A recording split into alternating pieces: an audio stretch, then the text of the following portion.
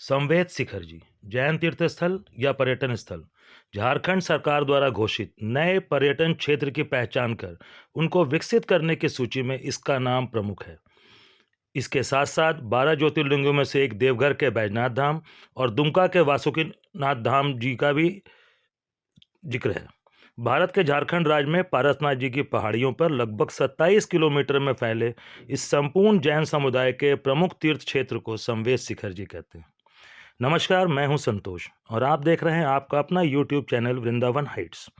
आखिर क्या है सुर्खियों में आए संवेद शिखर जी विवाद का सच? क्यों अल्पसंख्यकों में अल्पसंख्यक जैन समुदाय विरोध आंदोलन को है मजबूर?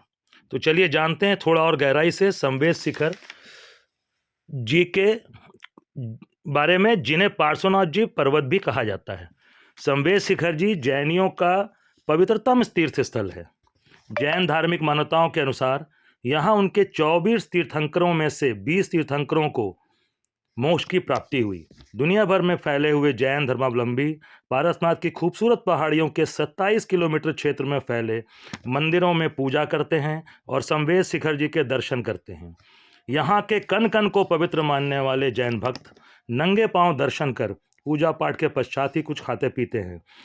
विकास एक ऐसी प्रक्रिया है जो निरंतर चलती रहती है और इससे कोई भी अछूता नहीं रहता, लेकिन किसी भी समुदाय के धार्मिक मूल्यों को तिलांजलि देकर होने वाले विकास का न तो कोई अर्थ है और न ही उसकी वैभवता बसती है।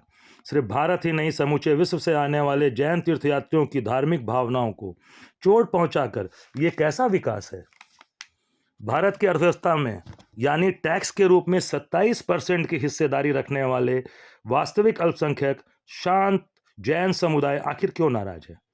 पार्श्वनाथ जी को पर्यटन क्षेत्र घोषित किए जाने से क्यों तकलीफ है इन्हें? आइए जानते हैं। जैन धर्म की मूल भावना है जियो और जीने दो। ये इसी सिद्धांत पर आधारित है।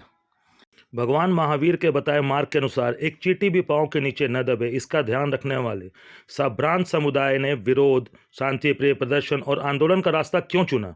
यहाँ तक कि जयपुर में अनशन पर बैठे जैन मुनि सुगेय सागर जी ने प्राण त्याग दिए।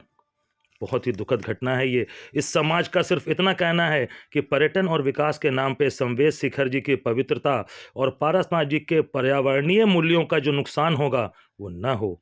तीर्थस्थल को तीर्थस्थल ही रहने दिया जाए।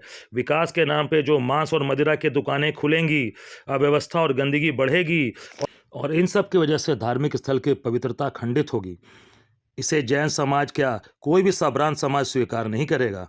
मेरी कई जैन समाज के मित्रों से बातचीत हुई तो उन्होंने एक स्वर में कहा, धर्म और आस्था का विकास से गहरा नाता है, लेकिन विनाश के आधार पे कोई भी विकास संभव ही नहीं होगा। जैनत्व और जैन तत्व की भावना के ऊपर प्रसिद्ध कवित्री अनामिका जैन अंबर जी भी कहती हैं, जो श्रद्धा की परिपाटी जो मुक्ति की मुहूर्त है, जो श्रद्धा की परिपाटी जो मुक्ति की मुहूर्त है, समाहित है सकल जिन धर्म एक ऐसी सूरत है। हमारी आस्था को अब तक जिसकी जरूरत थी, हमारी आस्था को अब तक जिसकी जरूरत थी, उठो बंधु उसी तीरथ को अब अपनी जरूरत है। बिल्कुल सही है ये। पहले भी देश में कई धार्मिक स्थलों का विकास हुआ है और हो रहा है, लेकिन क्षेत्र और धर्म विशेष की मान्यताओं के आधार पे इसका विकास हुआ है।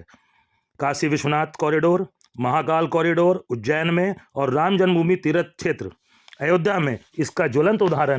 धार्मिक भावनाओं को आहत करेंगे तो न विकास बचेगा न पर्यटन।